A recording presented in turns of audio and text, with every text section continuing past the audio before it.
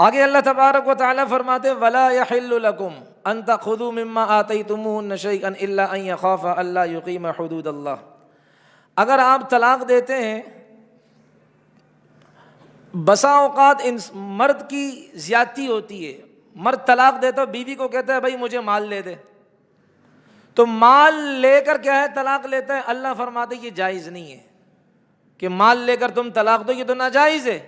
ہاں اگر بیوی سمجھتی ہے اور مرد سمجھتا ہے ہماری گاڑی آگے نہیں چل سکتی، یہ ظلم کرے گا، یا شوہر سمجھتا ہے کہ میں کیا ہے اس کو نہیں رکھ پاتا، اب بیوی اگر کیا ہے اس کو کہے کہ بھائی آپ نے جو مجھے مہر دیا تھا میں مہر واپس لوٹاتی ہوں، اس کے بدلے مجھے طلاق دے دیں، اس کو کہتے ہیں خلا. خلا اس کو کہتے ہیں. تو یہ خلا صحیح ہے.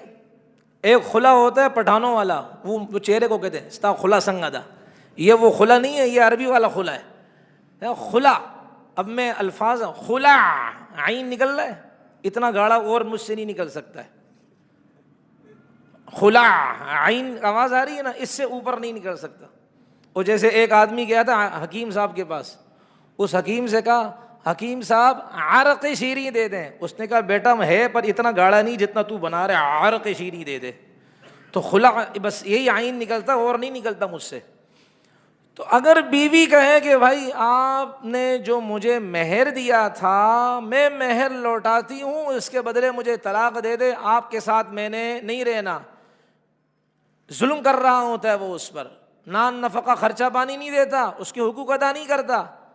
اب اس کو خلا کہا جاتا ہے. تو یہ کیا ہے ہو سکتا ہے اس کی بعض صورتیں ایسی ہیں کہ وہ یہ قاضی کے پاس جائیں گے، قاضی پھر کیا کرے گا ان دونوں میں جدائیگی کر دے گا. یہ جدائیگی ہی ایک طلاق کے حکم میں ہوتی ہے، اور اس کا ثبوت ہے رسول پاک علیہ الصلوۃ والسلام کی خدمت میں ایک عورت حاضر ہوئی.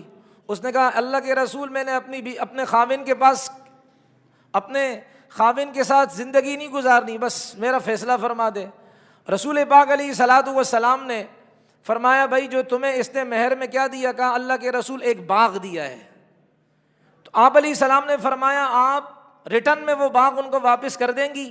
اللہ کے رسول بالکل، مجھے جو اس نے مہر میں باغ دیا ہے وہ باغ میں مجھ سے یہ لے لیں اور اس کے بدلے میں ان سے طلاق لیتی ہوں. تو رسول پاک علیہ السلام نے منظور کر دیا. اس کو کہتے ہیں خلا. اس طرح کر سکتے ہیں اگر یہ رہنا نہیں چاہتے ہوں، ایک دوسرے کو پتہ ہے کہ اگر رہیں گے ایک دوسرے کے حقوق ادا نہیں کر پائیں گے، یہ ظلم ہے.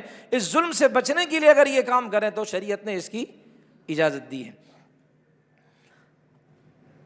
اللہ فرماتے ہیں کہ یہ تلک حدود اللہ، یہ اللہ کی حدود ہیں، اللہ کی بتلائی ہوئی حدیں ہیں. ان حدوں کو کراس نہ کرو، لا تعتدوا، تجاوز نہ کرو. جتنی اللہ نے حد بتائی ہے اتنی اسی حد کے مطابق زندگی گزارو. اگر جس نے اللہ کی بتائی ہوئی حدود سے تجاوز کیا، یعنی جتنا اللہ نے بتایا اس نے اس سے زیادہ کا کام کیا، تو اللہ نے فرمایا فَأُولَٰئِكَ هُمُ الظَّالِمُونَ، یہ ظلم کرنے والے ہیں. بیویوں کو ستاتے ہیں، طلاق دیتے نہیں، خرچہ پانی دیتے نہیں، اپنے پاس باندی بنا کر رکھا ہوا ہے. اللہ فرماتا ہے یہ ظلم ہے، زیادتی ہے، درست نہیں.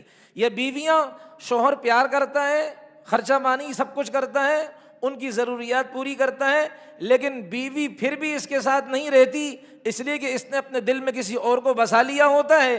اب یہ خلا چاہتی ہے، یہ حد سے تجاوز کر رہی ہے. اللہ فرماتے ہیں یہ عورت ظلم کرنے والی ہے، اور جو ظلم کرنے والا ہوتا ہے اللہ اس کا ساتھی نہیں ہوتا.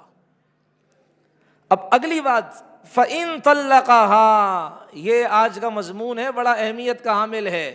فَإِن طَلَّقَهَا، میں نے جیسے شروع میں کہا نا کہ طلاق 2 مرتبہ ہے، 2 کا اختیار ہے. اللہ آگے فرما رہے ہیں اگر اس نے تیسری بھی دے دی، فَإِن طَلَّقَهَا، اگر اس نے طلاق دے دی مطلب کیا ہے 2 کے بعد ایک اور دے دی تو کتنی ہو گئی بھائیو؟ 3.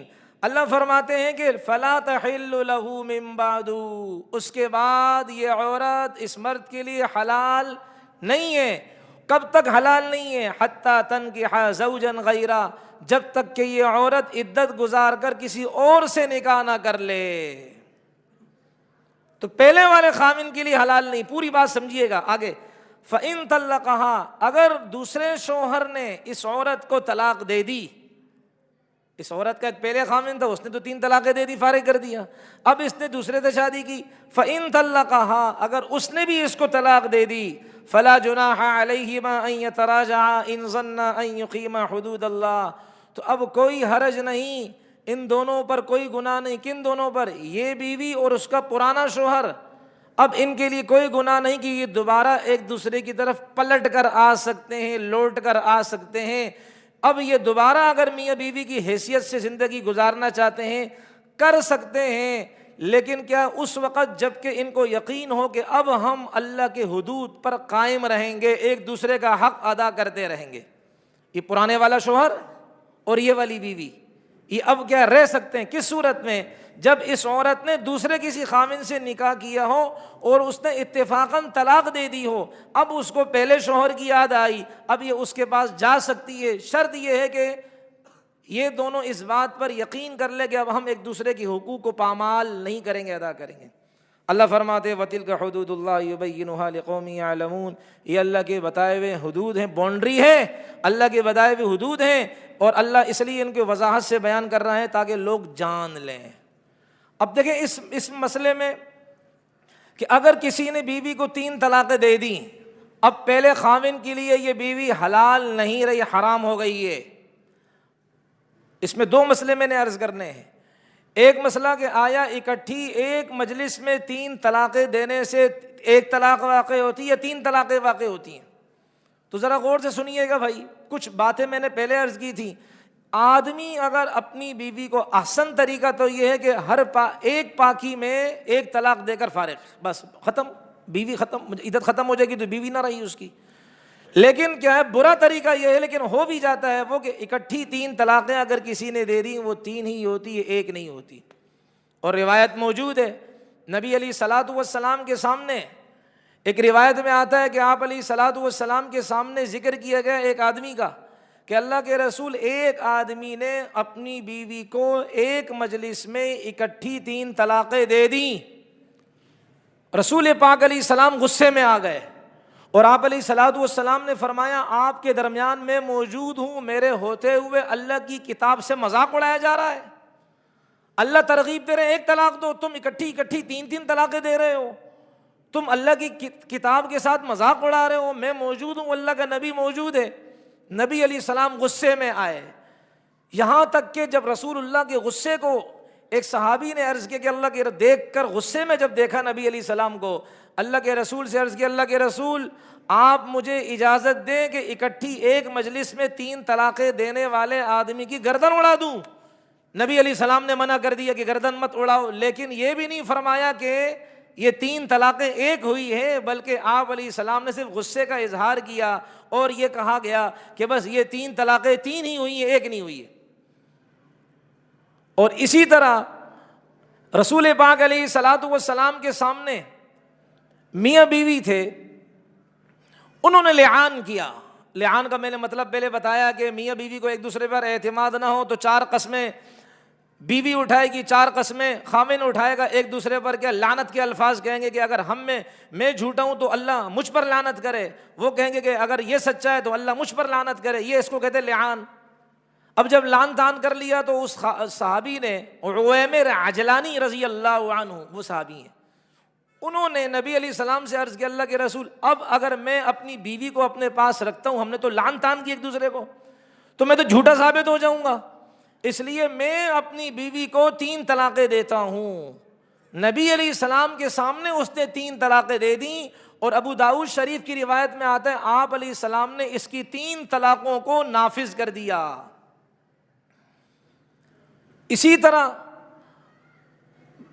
مسلم شریف جلد اول صفحہ 463 پر دوسری لائن سے حدیث شروع ہوتی ہے. حضرت عروہ رضی اللہ عنہ حضرت عائشہ سے روایت کرتے ہیں، سیدہ عائشہ رضی اللہ عنہا فرماتی اس حدیث میں 2 مسئلے ثابت ہوں گے کہ رفاعہ کی بیوی آئی، رفاعہ ایک صحابی تھے، ان کی بیوی آئی جس کا مفہوم یہ جاءت امرأۃ رفاعہ الی النبی صلی اللہ علیہ وسلم، رفاعہ کی بیوی نبی علیہ السلام کے پاس آئی اور عرض کیا اے اللہ کے رسول میرے خاوند نے مجھے طلاق دی. آگے اس سے اگلی روایتوں میں آتا ہے 3 طلاقیں دیں. میرے خاوند نے، اس میں آتا ہے کہ طلاق بتہ دی، اس کی وضاحت آگے کر دی، یعنی میرے خاوند نے مجھے، اگلی روایت میں آتا ہے میرے خاوند نے مجھے 3 طلاقیں دیں. یہ نہیں کہا ایک طلاق اب دی ایک طلاق بعد میں دی، اکٹھی 3 طلاقیں دی میرے خاوند نے مجھے. تو اللہ کے رسول پھر میں نے عدت گزاری. اس کے بعد میں نے عبد الرحمن ابن زبیر، زبیر نہیں زبیر رضی اللہ عنہ، ان سے نکاح کیا.